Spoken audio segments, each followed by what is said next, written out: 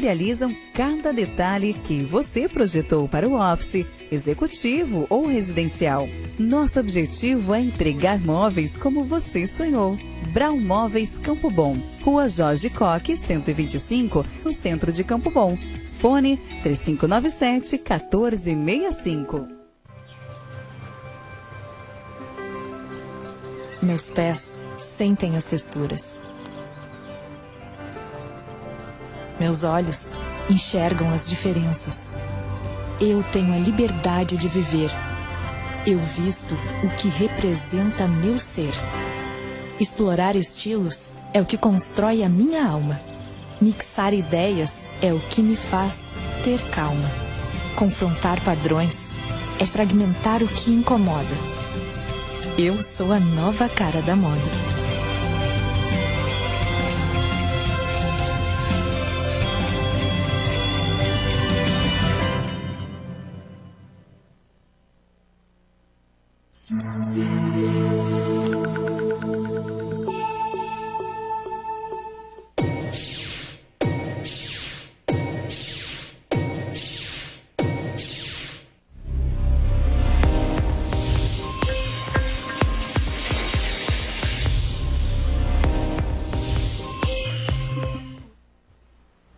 Senhoras e senhores, boa noite. Estamos iniciando mais uma Estação Hamburgo aqui na nossa Vale TV.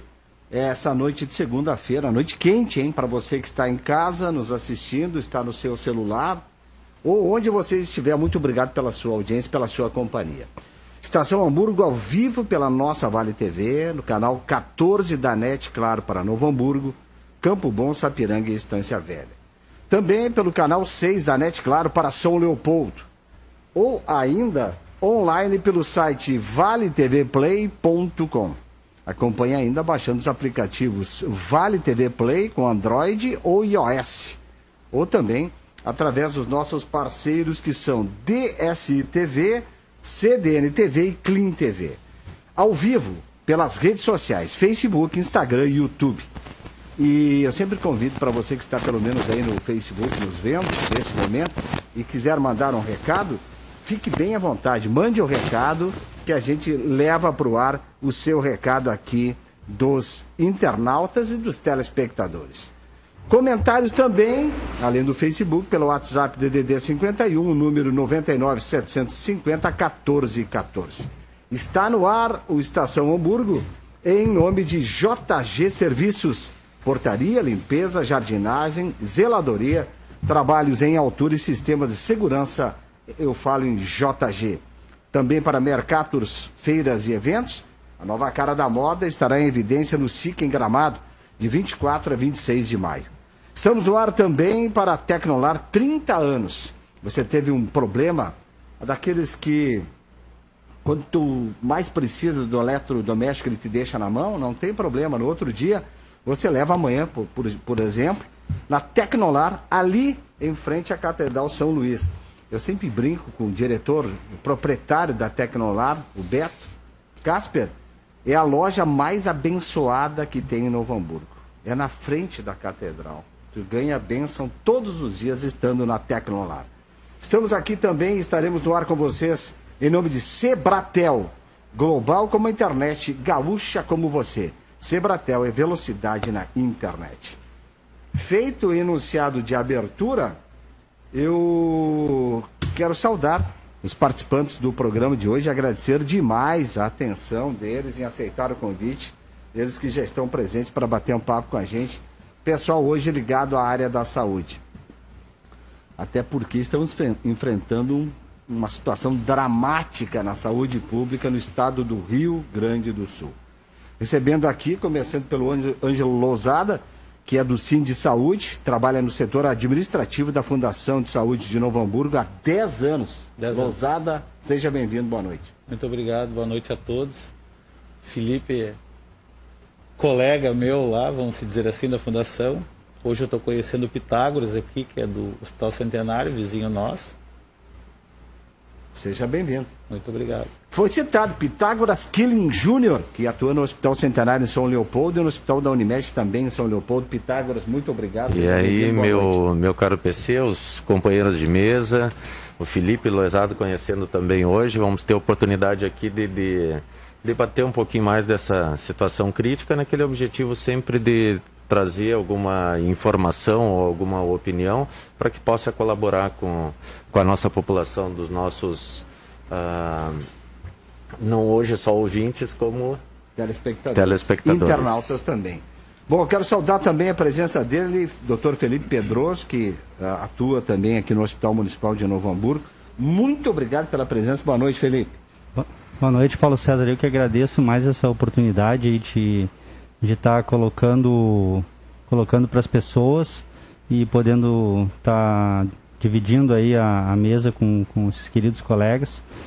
E eu acho que sempre que a gente puder, como profissionais dessa área aí, levar algo mais para a população no sentido de conversar mesmo através da mídia, né? Atingir um grande número de pessoas, isso acrescenta bastante para todos. Bom, esse fato que a gente está aqui, literalmente dá para dizer do outro lado do balcão, né? Vocês atuam lá do outro lado na área de saúde pública e no cotidiano nosso, no dia a dia, a gente não tem ideia de como funciona o processo lá dentro. Porque a gente busca o hospital naquele momento que tu tem um familiar, um amigo que não está bem e tu procura o hospital. Mas no dia a dia, a gente passa na frente, a gente trabalha em outros setores e não tem ideia de como está a demanda dentro de um hospital. E eu estou tentando imaginar como está a situação neste momento em que a gente vê notícias de colegas no site, em TV, em rádio, enfim, e em que a situação está dramática. Eu vejo profissionais pedindo para as pessoas para colaborar, para usar máscara, para se cuidar, que a situação está o caos. Está o caos acima da capacidade em vários hospitais do estado. Mas isso tudo depois de um ano de pandemia. Não faz uma semana que nós temos pandemia. Eu costumo fazer metáforas e muitas vezes sou mal interpretado. Lá no meio desse caminho da pandemia, o atual presidente Jair Bolsonaro, ele chamou de gripezinha o coronavírus, né, o Covid-19. Aí veio uma onda, 2, 3, e aí eu cito o ex-presidente Lula, que essas ondas não são marolinhas. Essa é um tsunami, essa mais recente. A pergunta que começa pelo Ângelo: por que um ano depois, Ângelo, nós estamos nessa situação? Um ano depois do início da pandemia. Olha, se nós vamos analisar assim o contexto geral, tem vários fatores, né, para nós ter chegado nesse ponto. Se pensar que no início nós poderia ter acreditado na realidade, porque até então não tinha pegado pessoas próximas a nós. Se o município tivesse, vamos falar de Novo Hamburgo, já que estamos aqui, implantado o hospital de campanha, daqui a um pouco poderia ter sido, não podia ter evoluído tanto. Conscientização é fundamental. O pessoal não se conscientiza. Se fosse conscientização, então o pessoal deixaria de fazer muita coisa, né? E tem vários programas, desde que eu me conheço para o Gênio TV, para álcool, fumo, isso aí tudo vai de conscientização. Mas também tem toda uma indústria por trás, né? É muito difícil também tu combater a parte de conscientização. Mas a população também ela não ajuda. Vamos falar bem a verdade, né?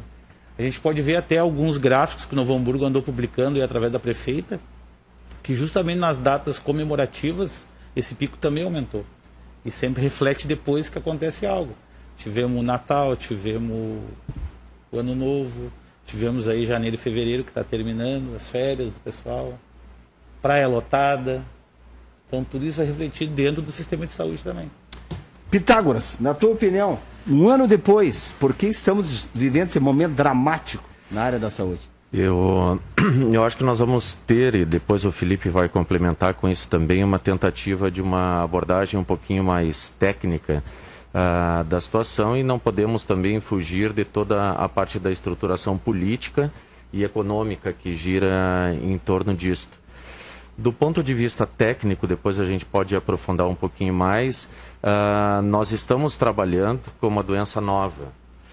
Para uma doença nova, em termos de manifestação, a gente conhece doenças virais, a gente está acostumado com internações de maior gravidade, de problemas respiratórios, mas aqui se estabeleceu com algumas nuances, digamos assim, de comportamento diferente, tanto na parte de transmissão, quanto na falta de possibilidade real de tratamento. Aí depois eu e o Felipe, nós temos as nossas discordâncias aqui, que vai ficar bem legal da gente discutir.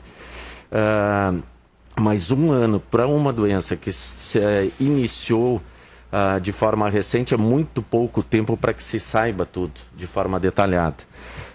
Então, todo este progresso, isso aconteceu também na época que apareceu a AIDS.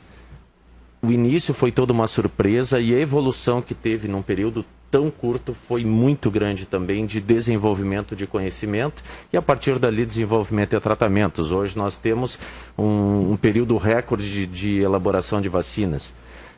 E isso se dá, logicamente, em função de que tu já tens a tecnologia. Tu simplesmente vai implementar essa tecnologia, algumas coisas novas. O problema desta prorrogação, já existe uma das coisas que é a característica viral, que depois nós podemos entrar em maiores detalhes, que existe uma tendência do vírus em tentar continuar vivo, dele se prolongar. Então, quando tu tens assim os agentes que são transmissores ou são carreadores, que sejamos nós, em maior quantidade, o vírus tem por característica, e isso é uma coisa que já está estudada, tem um potencial de transmissão de velocidade maior. À medida que for evoluindo essa infecção e diminuir o número de veículos, a tendência do vírus a partir dali é de ter uma característica não só de replicação, mas também de transmissão entre pessoas. São características diferentes por questão de sobrevivência, questão biológica. Então isso já começa a observar aqui. Por isso é que as coisas começam a demandar por um tempo a mais daquilo que a gente esperava. Temos discussão em relação ao tratamento precoce, que realmente hoje ainda não existe uma efetividade, podemos discutir isso um pouco mais. E para mim a questão principal da gente chegar onde nós estamos é a falta de comando.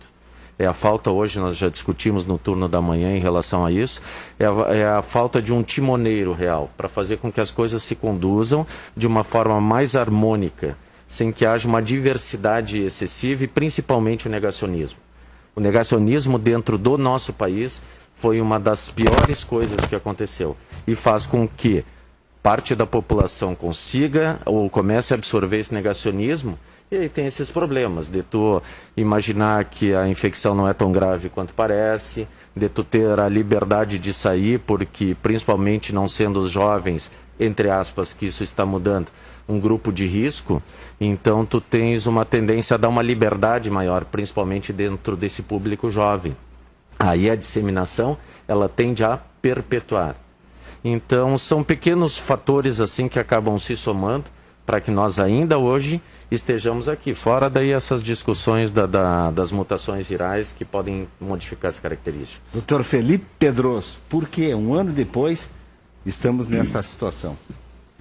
Pois é, Paulo, quando a gente estuda mais aprofundadamente um ramo vamos dizer, da matemática e também da estatística, na verdade não sei se dá bem para chamar de ramo, mas é uma parte da estatística e da matemática aplicadas à medicina.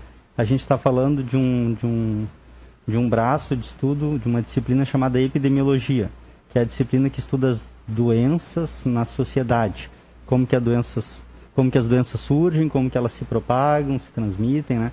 E como que elas respondem às medidas de intervenção, de tratamento, seja ele cirúrgico, farmacológico, enfim. Então, quando a gente se debruça sobre a epidemiologia e a gente estuda a história das epidemias, a gente percebe que nunca houve uma epidemia, ou em termos mais mundiais, uma pandemia que tenha sido erradicada com uma vacina, né? A gente nunca viu isso acontecer, por exemplo. A gente sabe, né, de conhecimento derivado da epidemiologia, que a maioria, se não todas, na verdade, as epidemias e as pandemias, elas têm uma curva mais conhecida de comportamento, de número de infectados, de forma de espalhamento, e obviamente existem alguns fatores que podem interferir nisso, não tendo sido até o momento a vacina um desses fatores. O que se costuma ver é que quando em torno de 80% da população, um pouco menos, um pouquinho mais, variando, das pessoas atingem a infecção por determinado agente patogênico, um vírus, por exemplo, o espalhamento da doença causada por esse agente patológico, no caso o vírus, perde força na população. Ele não consegue mais causar a doença com tanta frequência, porque ele não consegue mais se transmitir. Quando esse número mágico ali, em torno de 80% da população já teve a infecção e já desenvolveu alguma imunidade, o vírus não consegue saltar de uma pessoa para outra. Então ele chega até uma pessoa, tenta desenvolver a doença, às vezes consegue, às vezes não, às vezes consegue até o ponto de causar óbito, às vezes não. Isso depende de vários fatores, existência ou não de tratamento, a imunidade daquela pessoa em si, outros fatores contextuais que também podem interferir no desenvolvimento da doença, inclusive tratamentos que se possam implementar ou não, e a doença fica restrita àquela pessoa. Isso é o que se chama de imunidade de rebanho, né? Quando a população já tem uma imunidade populacional, vamos dizer assim, e essa imunidade populacional restringe o espalhamento da doença. Bom, isso pode ser atingido bem rápido ou de forma bem mais demorada. Isso depende de alguns fatores. Um deles é, por exemplo, se a gente sabe que um agente etiológico ele tem maior patogenicidade em pessoas idosas e a gente faz um isolamento seletivo, estou falando em termos ideais aqui, um isolamento seletivo das pessoas idosas, a gente vai ter a tendência é que se tenha pouquíssima mortalidade. Se o vírus ele causa mais doença e mata mais pessoas idosas, e se consegue isolar numa bolha, uma espécie de bolha, em termos aqui metafóricos ideais, as pessoas idosas, a gente vai ter poucas mortes. Se, por outro lado, a gente isola toda a população indiscriminadamente, ou a gente tenta fazer isso, o pico dessa infecção na população, ele vai ser, o que se falava há pouco tempo atrás bastante, ele vai ser achatado. A curva de pico, ela não vai mais ser uma curva mais aguda, ela vai ser uma curva mais lenta na sua evolução. Então o pico vai ser achatado. E quando se achata um pico de uma curva de transmissão de uma epidemia, isso faz com que a evolução da epidemia demore mais na população. E respondendo especificamente a pergunta que tu me fizeste, isso me parece estar acontecendo.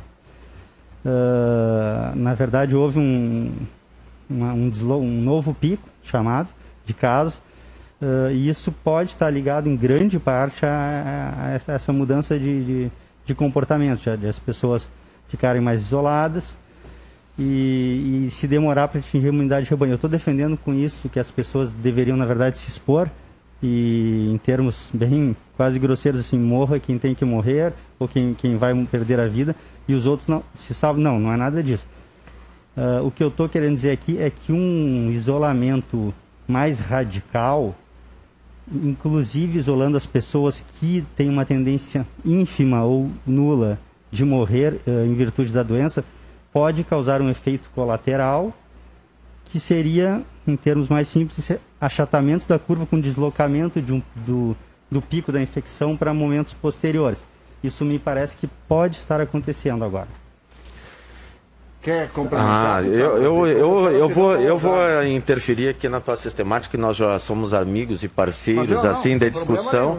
Então, assim, o debate eu acho que é uma coisa que ele enriquece bastante. Em primeiro lugar, eu acho que algumas coisas que não podem passar como uma verdade quando assim não são.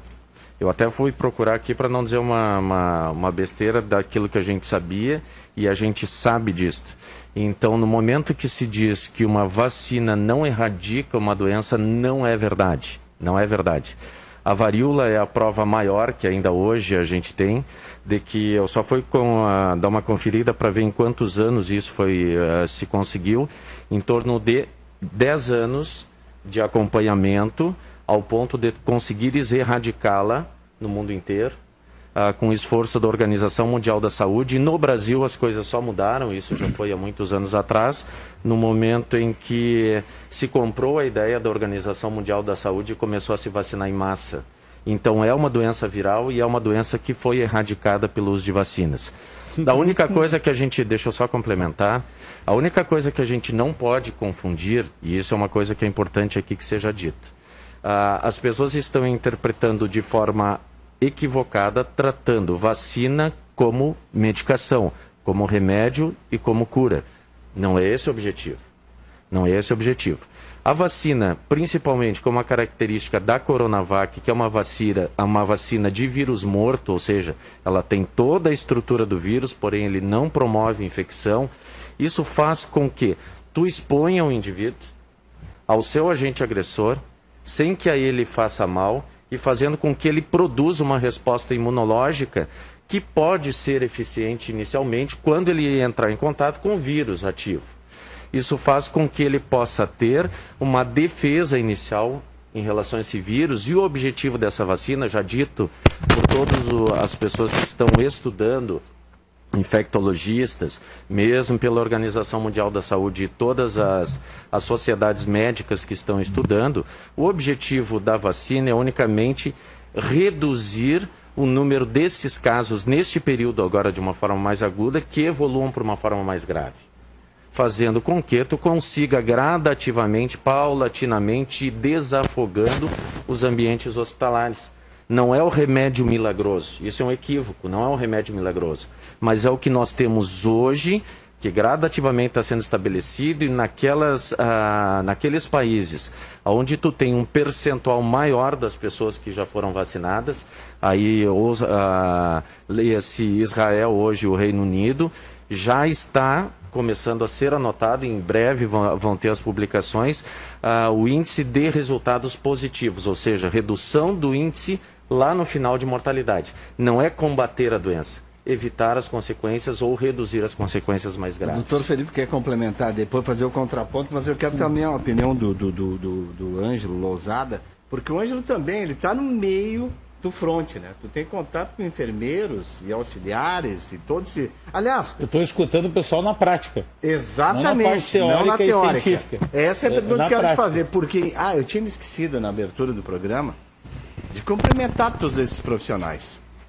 Aqui temos médicos, a parte administrativa aqui da Fundação de Saúde Pública, mas também todos os profissionais que trabalham em hospitais e unidades básicas de saúde, porque é um momento dramático, desgastante. Então, parabéns para vocês que todos os dias estão enfrentando essa batalha. Qual é o teu ponto de vista que tu queria colocar, tu que convive no dia a dia com essa doença e em contato com os profissionais? Bom, primeiro, eu nunca aceitei muito bem a ideia das bandeiras, né? Uma opinião pessoal minha. Certo. Porque as bandeiras pegam um número X de leitos, nós pegávamos por hoje o nosso hospital municipal, pelo último relatório, final do ano passado, tinha 220 leitos. Com certeza hoje já teve alterações, de repente até o doutor Felipe pode atualizar nós, que muitos cederam lugar para a parte Covid. Tá? Só que daí tu pega 220, com mais de 250 mil habitantes aqui, para fazer uma relação de percentual, para dizer se tu está na amarela, se está na vermelha, se está na preta. Isso nunca vai bater, porque, como o doutor Pitágoras falou agora, o inchamento dentro do setor e o caos que eles estão falando hoje em vários meios de comunicação, a gente sempre teve isso também. Os hospitais sempre tiveram lotado, sempre tiveram gente nos corredores, né? A pandemia veio a somar mais esse problema. Mas então, se nós for olhar nesse foco, as bandeiras é só para ter um gerenciamento, para te saber se tu vai fechar alguma coisa ou não, mas ela não regula com a prática, porque os hospitais, a estrutura física deles é uma só. Tu pode desativar algum leito e transformar ele em Covid, né? Mas o leito, ele sempre existiu lá. Então, não sei como é que vai mudar esse percentual, só se as pessoas deixarem de buscar o hospital. Aí pode cair o índice para te baixar ou trocar de bandeira, algo assim. Mas sobre o que tu tinha me perguntado da prática, o que eu escuto bastante aí, que até eu tinha conversado aqui com o doutor, até perguntei para ele no início ali. Doutor Pitágoras? Isso, doutor Pitágoras, sobre o centenário. uma reclamação que tem muito. Hoje, inclusive, estava dando aqui numa emissora aqui da capital, a escassez de profissionais, né? Ou o pessoal não quer seguir essa linha, ou o pessoal não é bem valorizado nessa linha, ou existe muita política que envolve, não deixa o profissional se desenvolver também nessa mesma linha de pensamento.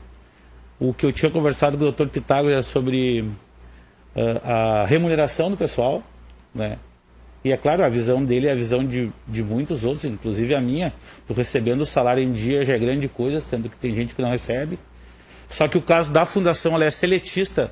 Eu já vi vários outros membros aí da administração municipal dizendo que nós estamos pagando em dia. Sim, mas via CLT tu não pode atrasar salário. Se tu atrasar, tu ganha multa.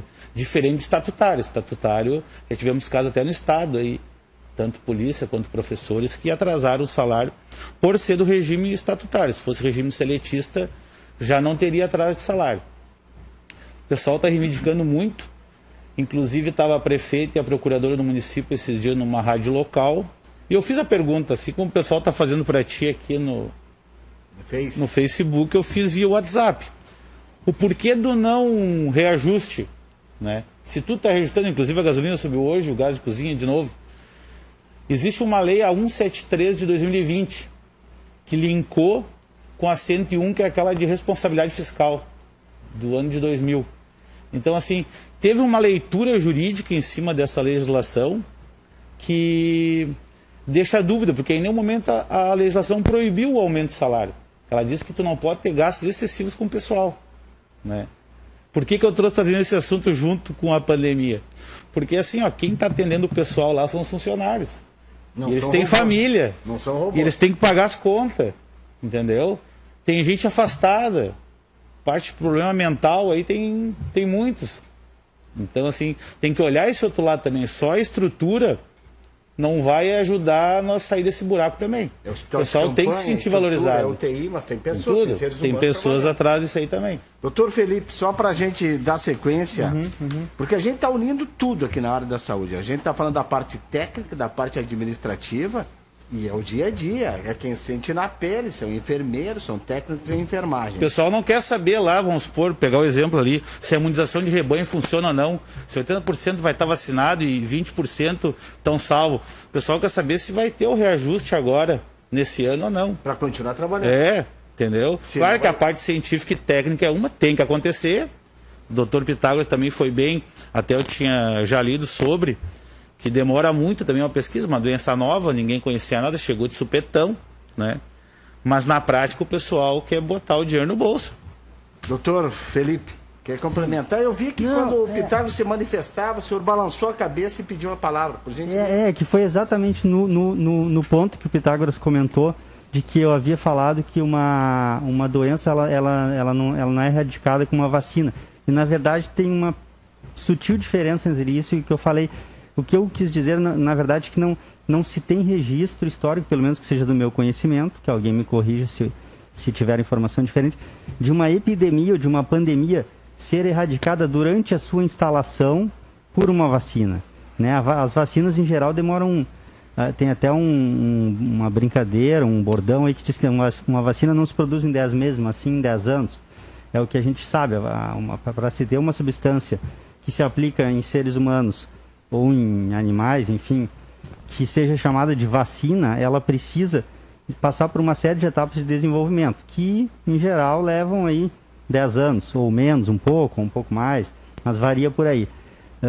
E agora a gente não tem tem um ano de pandemia, um ano e pouco, então até pouco tempo se falava, uma vacina não se faz em 10 meses, mas em 10 anos, justamente porque existem diversas etapas que não incluem apenas a análise da eficácia daquela vacina produzir uma imunidade vacinal, mas também segurança. E quando a gente vai aplicar uma substância em nível populacional, a segurança é uma questão importantíssima. Ela vem, inclusive, a meu ver, em primeiro lugar, porque a gente vai estar aplicando em todo mundo. Então, quando eu me referia à vacina não resolver, não é que ela não possa resolver ou erradicar uma doença. Isso a gente sabe, tem vários registros de erradicação de doenças por vacinas. Aliás, só para citar, a vacina é uma das maiores conquistas da medicina, de que a gente tem conhecimento. ela resolve um problema antes dele acontecer, um problema já conhecido. Vacinação é uma conquista incrível aí da medicina ou dos seres humanos, né, nesse nosso ramo aí da medicina. Mas eu me refiro à vacina, que é uma situação que é para ser feita pensando em prevenção de uma doença, ela ser feita logo que uma doença nova surge, e a gente não sabe ainda se ela já atingiu o seu auge, e aí já tem vacina e já vai erradicar a doença. Isso não me parece muito razoável do ponto de vista histórico, médico e técnico, inclusive atual. Assim, não sei, isso poderá mudar com o tempo, mas não me parece o mais razoável. Em relação à epidemia e pandemia, em relação à doença, concordo com o Pitágoras. Aí a vacina tem esse poder aí de erradicar já erradicou várias doenças em vários locais aí do mundo, inclusive no mundo inteiro. Então, pelo que o doutor Felipe está falando, tudo bem, a vacina já tem casos que funcionou, mas em um ano o senhor acredita que é pouco tempo para, no caso do Covid-19, o senhor acredita que deveria ter mais tempo até ela mostrar a eficácia? Eu não tenho como dizer que efeito colateral, que efeito adverso eu posso ter em um ano? Em um ano e meio, se não houve ainda, não decorreu um ano e meio do início dessa doença nos seres humanos. Como que eu vou ter uma vacina que diga, ela é segura em até 2 anos aí, ou mulheres que recebem a vacina e vão ter uma gestação, vão iniciar uma gestação 6 meses depois de receber a vacina, elas não vão ter nenhum problema na gestação, por exemplo. Se não passou ainda o tempo hábil, é impossível. A gente não faz viagem no tempo ainda. Então, existem situações de segurança que não tem como ser colocadas em espaço tão curto de tempo. Assim. Eu estou falando em termos gerais e até isso pode ser relativizado, mas eu acredito que é mais ou menos por aí que a gente pode pensar. Águas, depois tem um recado aqui dos Pode dar um recado depois a gente. Ângelos Pinheiro, não existe comprovação não, alguns não querem aceitar e isso é mais difícil de entender. Negacionistas são aqueles que negam de lançar mão do que há de disponível. E diz o Ângelos Pinheiro, aqui me chamou a atenção esse recado aqui, Pitágoras, Felipe e Gonzalo. Médicos infectologistas defendem o tratamento precoce e eles não são ouvidos. Estão sendo execrados pela sociedade médica e até por colegas. Eu vou fazer um comentário direto a isso que ele acabou de citar, porque sempre quando se diz alguma coisa, é importante que se vá. Essa é uma briga que nós temos muito grande hoje, com essa evolução da tecnologia e a disseminação de um pseudo-conhecimento que faz com que cada um tenha a liberdade de dizer o que quer e cada um até pode ter a liberdade de dizer o que quer, mas o mais grave é as pessoas divulgarem aquilo que não sabem e divulgarem isso como verdade. Existe uma lista que foi um abaixo-assinado que foi feito por um grupo de médicos, até onde eu vi, o Felipe deve ter acompanhado isso. Existia numa das listas que foi elaborada em torno de 2 mil colegas que assinaram, sendo favoráveis, dizendo que em alguns municípios do Brasil, onde tinha sido utilizado o tratamento precoce, havia um resultado positivo deste tratamento. E nada muito bem determinado. Uma coisa é aquilo que eu digo, onde tem muito remédio para uma doença que tu não conhece, a gente começa a ter alguma dúvida em relação a isto. Os dados de contrapartida que foi feito em relação também às meta-análises que foram colocadas, tiveram equívocos muito grandes, inclusive em relação à ivermectina, de avaliação do ponto de vista estatístico. A meta-análise ela é de um peso importante se tu pega trabalhos que eles sejam mais ou menos dentro do mesmo nível de qualidade de evidência, onde tu vais fazer a média ali e conseguir trazer um resultado positivo. Onde tu pega trabalhos que são níveis, por exemplo, assim, que nós temos um trabalho que nós chamamos duplo cego randomizado, ou seja, um trabalho bem aleatório, assim, para a gente não ter nenhum viés da pessoa conduzir para onde que ela queira, né, aquele resultado. Esse é o tipo de um trabalho responsável. Existe outro padrão de trabalhos que é relato de caso, opinião. Se tu colocares isso para tentar botar numa balança de qualidade, está totalmente equivocado. E muitas dessas meta-análises que foram comentadas em relação principalmente à hidroxicloroquina e ivermectina, caíram nesse viés equivocado de avaliação. E trouxeram interpretações do ponto de vista estatístico também equivocados. Existem relatos de que cidades que preconizaram, que receberam o kit para tratamento, ao invés disso está publicado por revistas, né? Revistas internacionais que se pegou esses resultados. Ao ponto de, a cada 10 pessoas que utilizaram, 9 tiveram seu resultado pior do que propriamente com daqueles que não utilizaram. Então, esses resultados que dizem que no Brasil esses municípios, e foram nesses municípios que foram feitas as avaliações, os resultados científicos que foram calculados foram equivocados. Isso é uma das coisas. A segunda, só para colocar, Losada, para ti, em relação à interpretação que a gente tem em relação aos leitos, né, hospitalares. Um exemplo prático e rápido, só para a gente não se alongar demais. No Hospital Emílio Ribas de São Paulo, especializado em doenças infecciosas, infectocontagiosas, AIDS, tuberculose, esse padrão de doença, ele tinha mais ou menos até o ano passado 12 leitos de UTI, onde eram ocupados por essas doenças. Hoje o Emílio Ribas está com 60 leitos de UTI. E todos os 60 leitos de UTI estão sendo ocupados por pacientes com Covid. Então, só para não ter essa ilusão de dizer, não, sempre foi assim, sempre tiveram filas. Não, existe uma característica muito diferente. Aumentou no Rio Grande do Sul acima de 120% a quantidade... 126,4% no Rio Grande do Sul. Exato, a quantidade de leitos de UTI. E esses leitos estão próximos, se tu vai pegar no somatório geral, sim, a 100%. Principalmente guiado por pacientes com Covid. Então, existe uma característica diferente. Não, a característica, sim. Eu só quis dizer que esse problema de saúde já vem se arrastando há mais tempo. O Covid só extrapolou. A rotação dos hospitais. Da demanda. Porque daí o ponto das bandeiras foi em cima de leitos, né? Em cima de leitos. Não só isso. Não só esse que é o problema. São 11 variáveis que são analisadas. Não são 2. Para chegar na bandeira. Para chegar na bandeira, 11 variáveis. Então, ele é um trabalho que tu não pode dizer assim, nada vai ser em um ano espetacular, mas é um guia.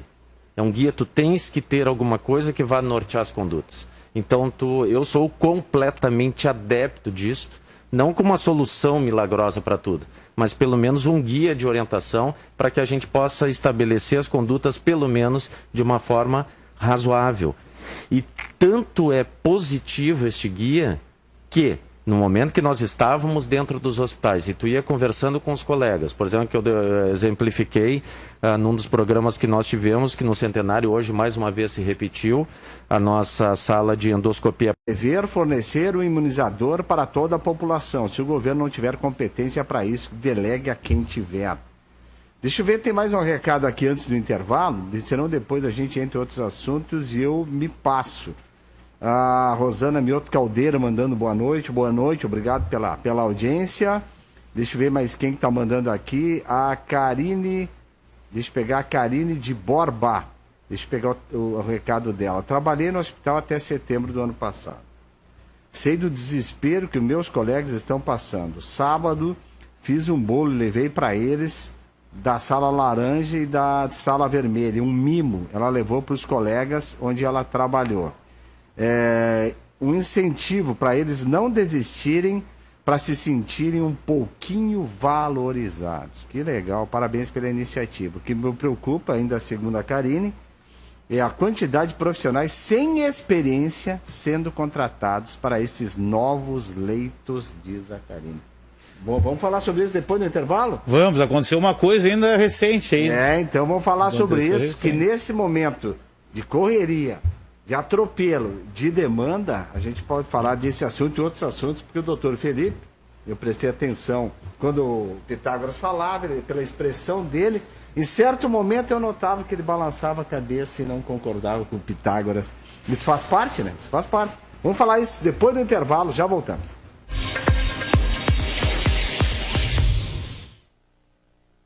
A JG Serviços há mais de 20 anos é referência em Novo Hamburgo e região em serviços de portaria, limpeza, jardinagem, zeladoria, trabalhos em altura e sistemas de segurança. São mais de 150 colaboradores capacitados. Para cada serviço, conte com um profissional qualificado. Credibilidade conquistada com serviços de qualidade e que só o tempo pode assegurar. Peça seu orçamento pelo fone 3556-1530 ou acesse nossos endereços digitais.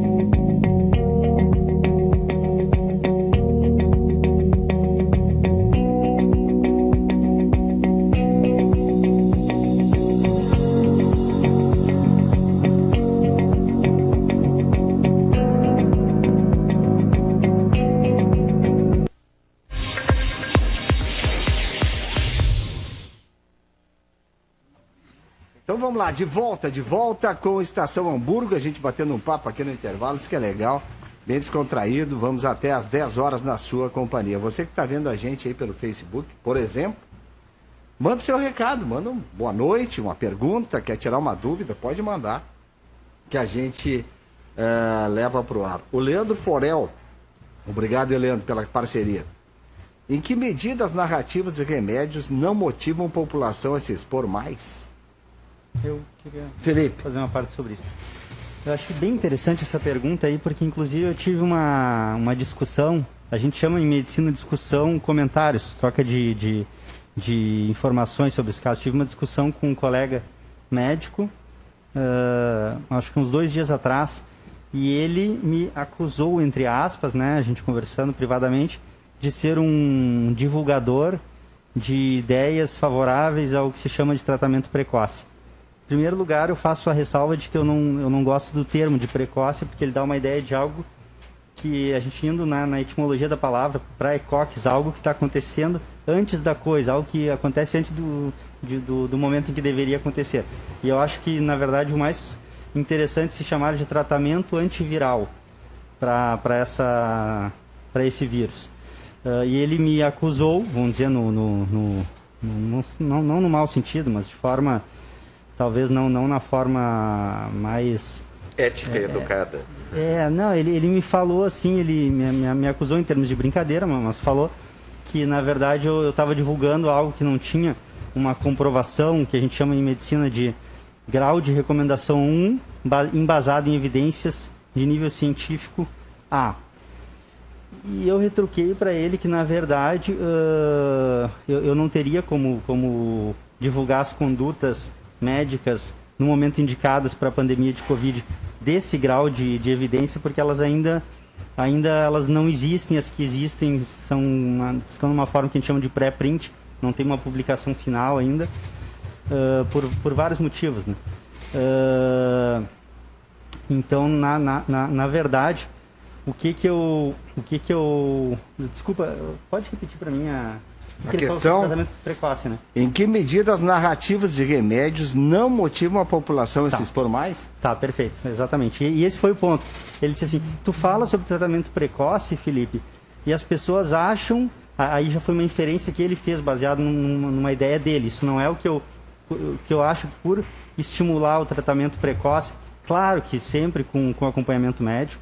Eu jamais estimularia uma situação assim, sem o acompanhamento médico, sem o médico estar participando, enfim, ele prescrevendo a medicação quando se vai usar. Ele disse, então, que tu estimulando isso, Felipe, tu falando sobre isso, tu podes estar estimulando que pessoas não cumpram medidas básicas sanitárias, como, por exemplo, né, afastamento social, isolamento, enfim, e higiene de mãos e uso de máscaras. E eu retruquei para ele que não, que, na verdade, isso era uma espécie de uma ideia ilusória que ele estava criando, que na verdade o que se chama de tratamento precoce, que é o tratamento antiviral, ao meu ver ele tem uma função nesse momento da pandemia, até agora, em que não se tem uma evidência melhor, que é reduzir a transmissão viral. E com isso, tentar reduzir a pandemia. E não relaxar medidas de controle sanitário, como afastamento social, como uso de máscaras, higiene de mãos, que são fundamentais, principalmente considerando que a gente está diante de um micro-organismo que ainda se está conhecendo. Já se conhece bastante, mas ainda se está conhecendo mais. Então, para mim, isso não tem uma relação de uma ideia com outra. A aplicação de de tratamento precoce, porque o médico determinado médico acha que é interessante e o paciente também acha, e aí utilizar isso seria motivo para se relaxar. Não, isso é uma relação que não existe na prática, que depende de cada um. Se a pessoa quer se expor mais e usa esse tratamento chamado precoce ou não usa, isso é uma questão dela, né? O tratamento precoce ele não se propõe a ser uma medida que permita relaxar medidas de controle, não. Ele se propõe a ser uma medida farmacológica que tende a reduzir a replicação viral em cada pessoa e na população. Essa é a ideia do tratamento precoce para mim. Bom, tem um recado aqui, da Cíntia Petri. Parabéns pelo belo debate de todos. Eu quero lançar um assunto aqui, o Pitágoras está querendo falar, Ângelo e Felipe, de um leigo. Eu sou um jornalista leigo nesse assunto. É uma pergunta. Eu estou preocupado com isso. Essa medida agora, que não é lockdown, essa bandeira preta com medidas restritivas, né? O fechamento do comércio e tal. A gente está até falando da área da saúde, está todo mundo ligado na área da saúde, mas todos somos cidadãos. Esse pessoal que tem o comércio tem família. Tem família. Tem família, tem emprego em jogo aí. Vai ficar fechado uma semana. Ou que fique fechado 2 semanas, como já aconteceu outrora. E depois que todo mundo voltar ativa, quem garante e por quanto tempo nós vamos ficar com essa onda? Fecha, diminui. Abre, trabalho, sobe. Fecha, diminui. Volta ao trabalho, volta o vírus. Até todo mundo ser vacinado? O doutor Felipe talvez não concorde com isso. Ou até não todo mundo ser vacinado, vai continuar assim por mais um ano. Fecha o comércio, as empresas. Beleza, é isso que nós queríamos. Fechou tudo, acabou o vírus. Esse termo acabou, não pode ser usado. A partir do momento da circulação e do transporte do vírus por parte das pessoas, eu acho que vai voltar, ou não, Pitado? Eu vou tomar liberdade de só fazer um complemento em cima do que o Felipe estava discutindo e daí tentar, né, elucidar essa tua dúvida. Falando de forma sociológica também, né? Análise social, porque o resto a gente não sabe. Na interpretação daquilo que o colega tentou te dizer, e é uma preocupação que eu tenho, inclusive nós já, logicamente que não nesse nível, talvez que tenha sido a tua discussão, mas a gente já discutiu a respeito disto, é que existem pessoas que são formadoras de opinião que talvez elas não consigam mensurar o efeito daquilo que elas dizem, o resultado daquilo que elas dizem. Então, o que eu sempre tive aquela crítica a esse tipo de conduta, de um certo incentivo a este padrão de tratamento. Nós podemos nos entender, nós dois, discutindo em relação a isso, de qual é o teu objetivo, e eu entendo aquilo que tu diz. Mas talvez as pessoas não tenham essa capacidade de entendimento e comprem esta ideia, imaginando que nós vivemos num mundo de desejo, as pessoas desejam que o problema se resolva. No momento em que existe alguém, mesmo que seja uma pessoa limitada do ponto de vista intelectual e de formação de saúde, como o presidente da República, mas que é uma pessoa por estar onde está, formadora de opinião, chega e diga que vai ter uma medicação que vai resolver o seu problema, e isto foi dito.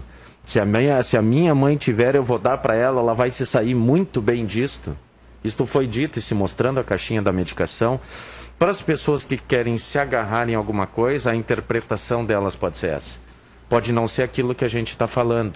Que o que o Felipe está dizendo assim neste acordo é que se nós não temos nada, talvez utilizando alguma coisa, pode ser que tenha algum resultado. Não está comprovado isso. Por isso é que o Ministério da Saúde não pode chegar e dizer assim, usem isso porque existe comprovação para que vocês possam usar. Este é o equívoco da ideia. Isso não pode ser vendido como um tratamento, porque não é um tratamento. Até que ele não seja comprovado, ele não é um tratamento. Pode ser uma alternativa, assim como tu usar chá de couve vai ser uma alternativa que alguém falou. Ponto. Isso é o que nós temos hoje. Isso é o que está posto. Em relação à paralisação em si, que tu estás colocando assim, nós não sabemos e ninguém sabe, volto a dizer, nós temos 1 ano de evolução da questão da pandemia. A única proposição de parada, e parada para mim é parada absoluta, não é fazer de conta alguma coisa agora parada. Agora estão fazendo de conta. O único objetivo disto é frear um pouquinho, por um período que seja, o fluxo para que se reduza esse volume, esta velocidade de contágio, fazendo com que as estruturas hospitalares, assim vai ser, alguns vão se curar em torno de 40% e 60% vão morrer dentro das UTIs. À medida que de 100 pessoas que estejam dentro da UTI, 60 morrerem, 60 vagas vão se abrir. Parece uma loucura, mas dentro da prática, da matemática do sistema é esse. Se abrindo essas vagas, teoricamente, para alguém que possa vir, daqueles 40% que podem vir a se salvar, vai ter uma vaga. Se vaga não tiver, desses 40% que poderiam se salvar, vão morrer porque não tiveram essa possibilidade. O objetivo é um só. Não é curar a pandemia, não é resolver o problema da pandemia, é simplesmente a única medida que se tem hoje para colocar o pé no freio. Para fazer com que os hospitais temporariamente possam desafogar. E se o PC adoecer e ficar de uma forma grave, que ele não tenha que ficar na fila e morrer sem a possibilidade de tentar tratar. É só isso. O resto ninguém sabe. Carlos Inácio Klein mandando boa noite para todos nós. E o Lousado falou antes de profissionais, né, que estão afastados do trabalho. Tem bastante. Saúde, são vários. Hoje eu vi que mais de 300 policiais militares do estado do Rio Grande do Sul estão afastados das atividades por causa da doença. Então, queira ou não queira, é um momento dramático. E a minha expectativa a minha esperança é que eu, como leigo, esperava que até a gente com aquela mudança do calendário, né? 31 de dezembro de 2020, certo? Mudou o calendário, acabou o problema, acabou a doença, não. Mudou o calendário, não veio é 2021. Não é tu. Era um desejo, era uma esperança. Não é desejo. Os colegas, se tu fosse pegar pela característica dos vírus em geral, esse processo cíclico, várias entrevistas que foram dadas, eu falei disso, e ouvindo infectologistas na época, todo mundo dizia assim, bom, quando passar essa onda, nós vamos chegar lá em dezembro e a coisa vai ter... Essa era a expectativa, porque o comportamento em geral era assim. Só que está sendo diferente, né? Não é só tu. O Carlos Inácio Klein está dizendo que o povo deve fazer a sua parte. E os governantes têm que dar exemplo. É o Carlos Inácio Klein dizendo isso. Bom, a expectativa... Fala... Só para pegar o cerne aí da tua questão que tu puxou antes sobre indústria e comércio, abre porta, fecha porta. Eu imagino que seja um custo violento para esse pessoal. Só que também tem o seguinte, existem decretos, existe legislação, existe protocolo, existe vários itens que se nós for falar, todo mundo está tateando nesse assunto. Porque eu já fui em um restaurante que é nem hospital. Tem até... Quando tu entra, tem ali o capacho do chão, ali o paninho, tudo. Então, assim, ó, tu exigiu coisas, eles se adequaram àquilo, mas eles também não podem abrir. Né? E tiveram um custo a mais ainda. Sem contar que eles fecharam as portas. Tu andar em Novo Hamburgo aqui, que tem de loja, que tem de galeria, de aluga-se, venda-se, tem direto. Claro que a prioridade é a saúde das pessoas. Prioridade número 1, total. Mas também tem que lembrar desse aspecto econômico. Que tem famílias, tem comerciantes que pagam aluguel, e caro aluguel, para deixar uma semana a sua loja, o seu estabelecimento fechado. Então tudo bem, a pandemia, vamos rezar que termine.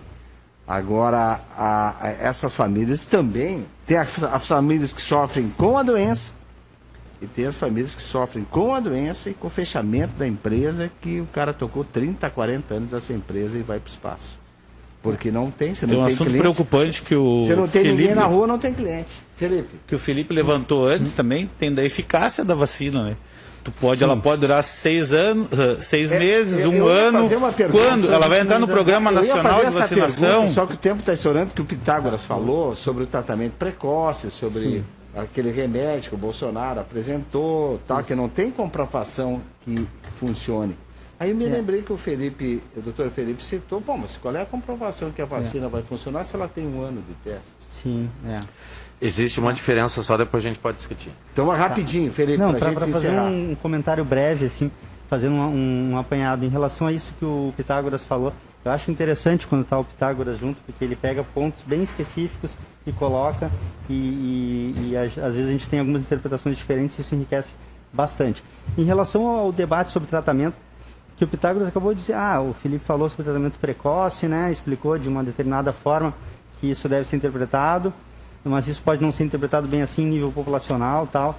Realmente, isso é verdade, né? Isso acontece. Mas a minha tendência é pensar o seguinte: o Pitágoras acabou de dizer, o tratamento precoce não é um tratamento, é o que tem e a gente vê, pode ser que ajude, pode ser que não, isso a gente vai acabar sabendo com o tempo. Eu discordo um pouco disso, porque o Pitágoras, inclusive, como cirurgião, ele é cirurgião coloproctologista, ele sabe que, eu digo como cirurgião, porque um neurocirurgião também vai ter uma experiência similar em medicina, um cirurgião também em algumas outras especialidades médicas. As condutas médicas que são baseadas em grau de recomendação 1 com nível de evidência científica A, elas são uma minoria, frente a todas as condutas médicas que se pratica, que são feitas nos melhores centros médicos, pelos melhores profissionais, vamos dizer assim, os profissionais que estão mais atualizados. Isso é muito comum em cirurgia, embora não seja cirurgião, eu tenho essa informação. O cirurgião, ele age bastante de forma, vamos dizer, a gente chamaria na clínica mais fisiopatológica, se baseando no que se tem de conhecimento sobre a doença, em relação a técnicas cirúrgicas que ele aprendeu com grandes cirurgiões, que ele já viu acontecer, ele aplica, vê que aquilo dá certo, aquilo está em livros muitas vezes, mas não são situações que se amoldam em muitas das vezes a fazer esse tipo de estudo, que a gente chama ensaio clínico randomizado, né, para atingir um grau de recomendação 1. E isso é feito na cirurgia e é feito com muita qualidade, e é o que se faz e é o que é aceito pela comunidade científica como o melhor em determinada situação, aceito pelos cirurgiões e então, obviamente, pelos não cirurgiões também. Isso também acontece na clínica, isso também acontece em cardiologia, que seria a especialidade que mais tem evidência, grau de recomendação nível A para suas condutas, principalmente farmacológicas. Então, existem, então, inúmeros tratamentos em medicina que não atingem esse grau mais elevado de evidência e que são feitos como o grau mais elevado que se tem disponível, que se conhece, que se conseguiu demonstrar com pesquisas. E a gente tem aquele grau mais elevado, que não é o ideal, a gente vai usar o que? Um grau menos elevado, porque a gente não tem o ideal? Não, a gente vai usar o mais elevado que se tem no momento. E, ao meu ver, essa ideia ela se aplica nesse momento, para tentar fazer medidas que contenham a pandemia, tanto no nível individual quanto populacional. O que se chama tratamento precoce, que eu prefiro chamar de tratamento antiviral, que essas substâncias são sabidamente antivirais, não só contra o vírus SARS-CoV-2, como contra outros vírus também, entra nessa classificação de um melhor tratamento ou disponível, aquilo que mais demonstrou alguma evidência médica, ainda que não a mais elevada, nesse momento, que é o possível. Então, dentro dessa linha de pensamento, é um tratamento, sim, e muitas vezes isso é feito assim em medicina. E nas áreas cirúrgicas isso acontece bastante, porque a área cirúrgica não é como, vou prescrever uma medicação, não, é uma técnica cirúrgica, tem bastante de arte, de habilidade individual, de praxia. Então, são áreas que se amoldam bem a esse tipo de situação, assim, dependem muito do profissional específico, de como que ele aplica aquela técnica, enfim, e não de estatística, muitas vezes. Então, dentro dessa perspectiva, eu acredito, pessoalmente, com base em toda a formação científica que eu tenho, e que eu vou cada vez mais adicionando, que esse tratamento chamado precoce, ele é útil, ele reduz bastante a replicação viral e salva muitas pessoas de progredirem para uma doença mais grave. Claro que várias pessoas não progrediriam mesmo sem o tratamento, várias outras progrediriam.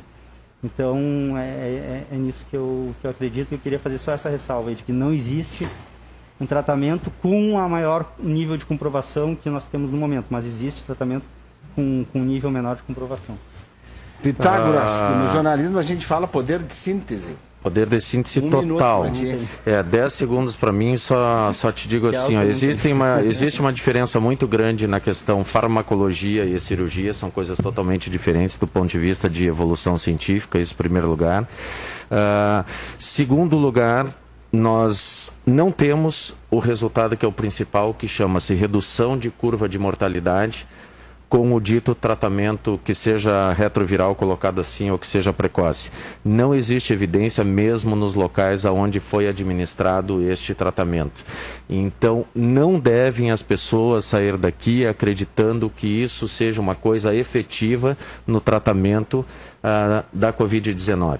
Este é um equívoco, de interpretação e uma diferença de opiniões, mas dentro do ponto de vista médico isso não pode ser colocado como tratamento e as pessoas não devem acreditar nisso como tratamento. Ângelo, 1 minuto. 1 minuto. Então eu quero também deixar assim o meu ponto de vista de 2010 até agora, para não desmerecer também todo o esforço que é feito aqui na cidade de Novo Hamburgo, passando por 3 gestões diferentes aí. Novo Hamburgo mudou muito na parte da saúde. Quem conheceu Novo Hamburgo em postos de saúde no passado e hospital agora, teve bastante melhoria da estrutura, né? Tem bastante profissional que pega junto. Só que o que eu sempre notei em Novo Hamburgo é que às vezes a política é mais forte que o profissionalismo. Isso é uma visão minha, né? Isso aí às vezes dificulta o relacionamento até interno. Né? Mas a gente não pode negar que teve muita melhoria na área da saúde aí em Novo Hamburgo. Que bom, comemorar. Bom, senhores, que pena, já estourou o tempo aqui. Felipe Cardoso, doutor Felipe Cardoso, Pedroso. Obrigado, doutor Felipe. Obrigado. Ele é quase um Omar Cardoso, te lembra, né? Obrigado pela presença, doutor. Não, imagina, para mim é uma grande satisfação estar falando em um veículo de mídia, principalmente na presença dos colegas aqui da mesa. E a gente sempre fica feliz quando tem esse tipo de convite. Eu que agradeço aí, Paulo. Muito obrigado. Pitágoras, doutor Pitágoras Killing, muito obrigado. Te agradeço a oportunidade e estamos sempre à disposição para poder fazer uma discussão. Ângelo Lozado, obrigado pela presença. Muito obrigado, eu que agradeço, até para poder passar um pouco dos anseios dos profissionais da saúde, né? Que estão do outro lado do balcão. Estão do outro lado do balcão. Bom, obrigado ao Alisson Gustavo, a dupla dinâmica que trabalha aqui nos bastidores, que coloca a gente no ar. Amanhã, o Estação Hamburgo terá como destaque o pessoal de eventos. Esses estão em lockdown há 1 ano. 1 ano, pessoal de eventos. Acabou. Não tem eventos, não tem mais nada. É o assunto de amanhã no Estação Hamburgo, que conta com a sua audiência. Em nome de JG Serviços, Mercado Feiras e Eventos, Tecnolar 30 anos e Sebratel. Até amanhã, boa noite, tchau.